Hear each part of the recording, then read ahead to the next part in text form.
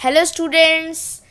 आज की वीडियो से हम लोग आपकी क्लास 7 की एनसीईआरटी की इंग्लिश बुक जिसका नाम है एन एलियन हेड की सीरीज़ स्टार्ट करने जा रहे हैं। आज की वीडियो में हम लोग इसी बुक का एन एलियन हेड बुक का चैप्टर 1 जिसका नाम है द टिनी टीचर चैप्टर को हम लोग कवर करने वाले हैं आज की वीडियो में। द टिनी टीचर मतलब कि इसमें जो हम लोग की स्टोरी है इसमें एक आंट होती है। बताया जाता है कि वो कितनी हार्ड वर्किंग और कितनी वो इंटेलिजेंट होती छोटे होने के बाद भी, इस टाइप से बताया गया स्टोरी में। सबसे पहले इसमें कुछ स्टार पॉइंट लिखे हुए हैं, हम लोग पहले उसको रीड कर लेते हैं। दो so very small the ant is unbelievably intelligent. इतना छोटा होने के बाद भी चींटी सोच से परे बहुत ज़्यादा दिमाग उसके अंदर होता है इतने छोटे होने के बाद भी, और वो काफ़ी हार्ड वर्किंग होती है। एमंग द वेरियस काइंड्स इतने तरह की चींटियाँ होती हैं, पर द कॉमनेस्ट द सबसे कॉमन जो होती है आंट, जो चींटी सबसे कॉमन होती है इज़ ब्लैक और रेड। ज़्यादातर आपने देखा ही होगा, जो काली चींटी होती है, लाल चींटी होती है, काली वाली चींटी काटती नहीं, लाल वाली चींटी काट लेती है। ये सबसे कॉमन दो चींटियाँ मतलब वेरियस काइंड्स में दो बहुत ज़्यादा एकदम कॉमनेस्ट एकदम चींटियाँ होती हैं वाली। Ants live in comfortable homes called anthills. ये काफ़ी इंपॉर्टेंट सा पॉइंट है, ये आपके टेस्ट में आ सकता है। Ants live in comfortable homes called anthills. जो आंट्स होती हैं वो किस में लिव करती हैं? एंथल्स में। अब हम लोग अपनी स्टोरी स्टार्ट करते हैं। Name the smallest insect you have seen. सबसे छोटे कीड़े का नाम बताइए जिसे आपने देखा हो। एंड द वाइजेस्ट, और सबसे वाइज में से कौन सा है? इज़ इट द फ्लाई, क्या ये फ्लाई है? क्या ये मक्खी है? नो इट इजेंट, नहीं ये तो नहीं। इज़ इट मॉस्किटो, क्या ये मच्छर है? नो नॉट द मॉस्किटो, नहीं मच्छर तो नहीं। Then it must be worm, तब तो ये फिर ज़रूर ये वॉर्म होगा। No one of these, no none of these, नहीं इनमें से कोई नहीं। इट इज़ द आंट, ये जो बताया जा रहा है स्मॉलेस्ट इंसेक्ट आपने देखा उसे हम लोग वो है आंट, चींटी। द कॉमनेस्ट, सबसे common. The smallest but the wisest insect. The story of an ant's life sounds almost untrue. जो स्टोरी होती है एक चींटी की लाइफ की, वो ऐसे देखने में लगता है कि वो ऐसे सुनाई देती है, ऐसे देखने में लगता है कि वो झूठी कहानी हो, अनट्रू हो। But people have kept ants as pets, पर लोगों ने चींटियों को एक पेट की तरह रखा हुआ है। And have watched their daily behaviour closely, और उनके जो डेली वो जो क्रियाएं करती हैं, जो चीज़ें करती हैं, वो डेली उसके ऊपर बहुत बहुत गहराई से उसको देखा है, उनके बिहेवियर को। So we know a number of facts about this tiny hard working and intelligent creature. इस वजह से हम लोग को नंबर ऑफ फैक्ट्स पता है, काफ़ी सारे फैक्ट पता है इस टीनी हार्ड वर्किंग छोटी सी और काफ़ी मेहनती और इंटेलिजेंट इस क्रिएचर के बारे में। ये हम लोग का पहला हो चुका है पैराग्राफ। सेकंड पैराग्राफ हम लोग का है। An ant uses its feelers और antennae to talk to another ants by passing messages through them. जो चींटियाँ होती हैं वो फीलर्स को या फिर उसे एंटीना बोलते हैं, उसको यूज़ करती हैं बात करने के लिए एक दूसरे आंट से और मैसेजेस को पास करने के लिए। Watch a row of ants moving up और डाउन द वॉल। जाइए और जाकर देखिए वॉल पर अपनी चींटियों को ऊपर से ऊपर जाते हुए दीवार पे या फिर नीचे आते हुए। Each ant greets all the others coming from the opposite direction by touching their feelers. जो चींटियाँ होती हैं वो ग्रीट करती हैं। टू ग्रीट मतलब होता है वेलकम करना, हम लोग पहले भी इस चैप्टर में पढ़ चुके हैं। ग्रीट मतलब होता है वेलकम करना। वेलकम कैसे करती हैं? जिनके फीलर होते हैं दूसरे के फीलर को टच करके वेलकम करती हैं। सो ये भी काफ़ी पॉइंट बन गया है इसमें कि फीलर्स या फीलर्स को हम लोग एंटीना भी बोलते हैं, इससे वो लोग बात करती हैं। एक यहाँ पे एक पिक्चर बनी हुई है, इमेज दी गई है जिसमें जो आंट्स है वो पेड़ के बगल से निकल रही हैं। There are many kinds of ants, कई तरह की चींटियाँ मौजूद हैं। द कॉमनेस्ट, सबसे कॉमन उनमें से, among them are the black और रेड वंस, उनमें सबसे कॉमन है काली और लाल वाली चींटियाँ।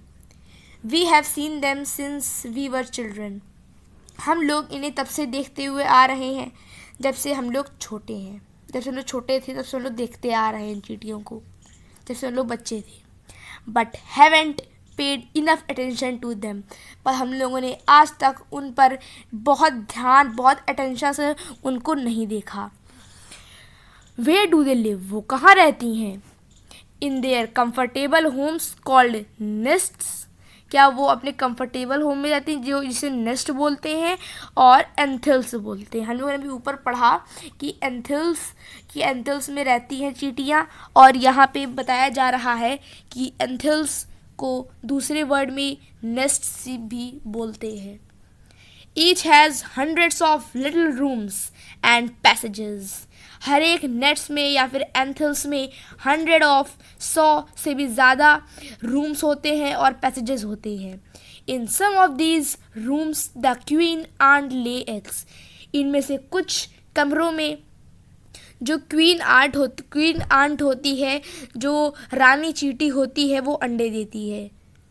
Others are nurseries for the young ones, बाकी सब नर्सरीज होती हैं छोटों के लिए, जिन्हें हम लोग ग्रब्स बोलते हैं, called grubs. Workers have their reserved quarters, जो वर्कर्स टाइप की चींटियाँ होती हैं जो खाने की जगह से दूसरी जगह ले जाती हैं, उनके पास अपना खुद का क्वार्टर होता है। जैसे इंसानों के पास होता है वैसे उन्होंने भी अपना बनाया हुआ होता है। They spend most of their time searching for food, जो हम लोग के जो लेबर टाइप की जिसमें चींटियाँ थी वो ज़्यादा का टाइम अपना स्पेंड करती हैं किस काम में? ढूंढने में, फूड ढूंढने में। Some rooms serve as storehouses for their food, कुछ कमरे ऐसे बनाए जाते हैं जिसमें कुछ कमरे इस टाइप से सर्व होते हैं जिसमें खाना रखा जाता है। सोल्जर्स हैव सेपरेट बैरक्स, जो सोल्जर्स चींटियाँ होती हैं उनके पास अपना एक सेपरेट बैरक होता है। बैरक मीन्स जैसे कमरे होते हैं उस टाइप से एक बैरक होता है, सेम उस तरीके से, सेम तो नहीं, हल्का सा थोड़ा चेंज टाइप का होता है, बैरक उनको बोलते हैं। No worker has ever tried to live in a soldier's house, किसी वर्कर ने आज तक ये ट्राई नहीं किया है एक बार भी कि एक सोल्जर के हाउस में रहने का। No soldier has ever gone out for searching for food, और ना ही आज तक कभी कोई सोल्जर गया है बाहर फूड की खोज में, खाने की खोज में। नो वर्कर और सोल्जर और cleaner has ever harmed a grub, किसी भी वर्कर ने, किसी भी सोल्जर ने, किसी भी क्लीनर ने आज तक किसी भी ग्रब को हार्म नहीं पहुंचाया है, चोट नहीं पहुंचाई है। So you see an ant's life is very peaceful, तो आपने देखा कि एक आंट की लाइफ काफ़ी पीसफुल होती है, काफ़ी शांति भरी होती है। Each does its share of work intelligently and bravely, हर एक चींटी अपना काम बहुत इंटेलिजेंटली और ब्रेवली और बहुत साहस से करती है। And never fights with other members of the group, और कभी भी दूसरे मेंबर से लड़ती नहीं है ग्रुप की। सो ये हम लोग का पैराग्राफ हो गया। Now our next paragraph. The queen ant has a pair of wings, जो क्वीन आंट होती है, जो रानी चींटी होती है, उसके पास पेयर ऑफ विंग्स मीन्स 2 पंख होते हैं। विच शी कास्ट ऑफ, जिसको वो कास्ट कर देती है before she begins to lay eggs, इससे पहले कि वो अंडे देना शुरू करे। Eggs hatch and become grubs, जो अंडे होते हैं वो टूट जाते हैं और ग्रब बन जाते हैं। ग्रब्स चेंज इनटू कोकून्स, और ग्रब्स कोकून्स में बदल जाते हैं। And cocoons break to bring forth complete ants, और कोकून्स ब्रेक होकर टूट कर बन जाती हैं, ब्रिंग ले आती हैं forth complete ants. The life of an ordinary ant in the anthill, एक आम चींटी की ज़िंदगी एक एंथिल में जहाँ पर वो रहती है, इज़ अ बुक, एक किताब है, which many of us seldom open, जिसको हम लोग कभी कभी ही देखते हैं, मतलब काफ़ी गहराई से नहीं देखते हैं उसे। The queen is the mother of the entire population of the colony, जो रानी होती है वो माँ होती है जितनी पॉपुलेशन होती, जितने भी लोग रहते हैं कॉलोनी में उनकी। It lives for about 15 years, जो रानी चींटी होती है वो जीती है लगभग 15 साल के लिए। It has a pair of wings, उसके 2 विंग्स होते हैं। But bytes them of after it's wedding flight, पर वो उसे काट देती है जब उसकी वेडिंग जो होती है वो फ्लाइट हो जाती है। This flight takes place on a hot summer day, जो फ्लाइट होती है ये अपनी जगह लेती है किस दिन, एक काफ़ी गर्म से समर के डे पर, गर्मियों के दिन पर। The queen leaves the nest and goes out to meet a male ant, जो रानी चींटी होती है और वो नेस्ट को छोड़कर वो जाती है बाहर मिलने एक मेल आंट से, एक मेल चींटी से। और drone high up in the air, या फिर वो ड्रोन कर देती है high up in the air on its return to the earth, और जब वो वापस आती है अर्थ पे, it gets rid of its wings, वो अपने विंग्स को मतलब उसके पास विंग्स नहीं रह जाते, सिंपली से बताया उसको, उसके पास विंग्स नहीं रह जाते। And then does nothing but lay eggs, फिर वो कुछ नहीं करती, बस अंडे देती है। Eggs hatch and grubs come out, अंडे फूटते हैं और उसके अंदर से ग्रब्स बाहर निकलते हैं। सोल्जर्स गार्ड देम, जो सिपाही होते हैं वो उसकी पहरेदारी करते हैं। Workers feed and clean them, जो वर्कर होते हैं वो उन्हें खाना खिलाते हैं और उनकी सफाई करते हैं। And also carry them about daily for airing, exercise and sunshine, और उनको रोज़ बाहर ले जाते हैं, कैरी करके ले जाते हैं एयरिंग के लिए, हवा के लिए, एक्सरसाइज करने के लिए और सनशाइन के लिए। 2 or 3 weeks later grubs become cocoons, 2 या 3 हफ्तों बाद आफ्टर 2 या 3 weeks लेटर जो छोटे छोटे ग्रब होते हैं वो बन जाते हैं कोकून बन जाते हैं। एंड लाई, और गिर जाते हैं विदाउट फूड और एक्टिविटी फॉर 3 weeks मोर, 3 हफ्ते और।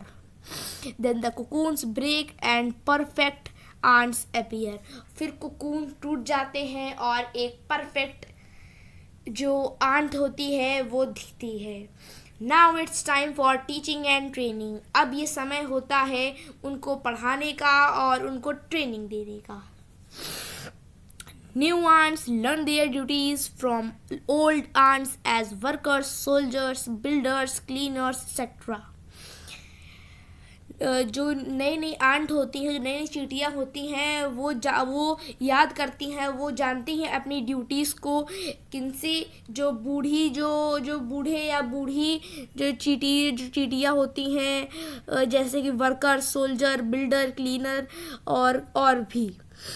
आफ्टर अ फ्यू वीक्स, कुछ हफ्तों बाद, training the small ants are ready to go out into the big world of work. कुछ हफ्तों की ट्रेनिंग के बाद जो छोटी छोटी चींटियाँ होती हैं वो बाहर जाती हैं एक बड़ी सी दुनिया में एक काम करने के लिए। An anthill is a home not only for ants but also for some other creatures.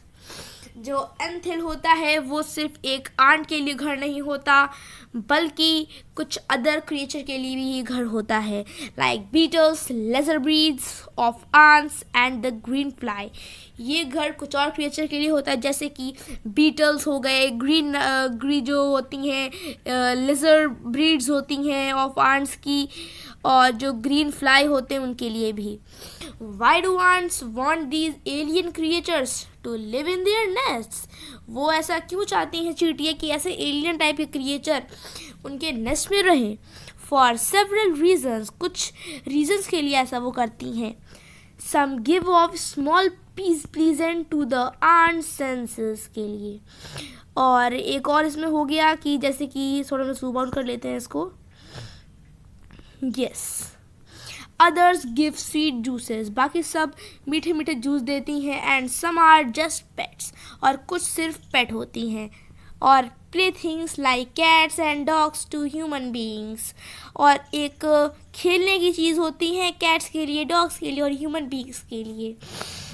The green fly is the ants cow, जो ग्रीन फ्लाई होती है वो चींटियों की काऊ होती है।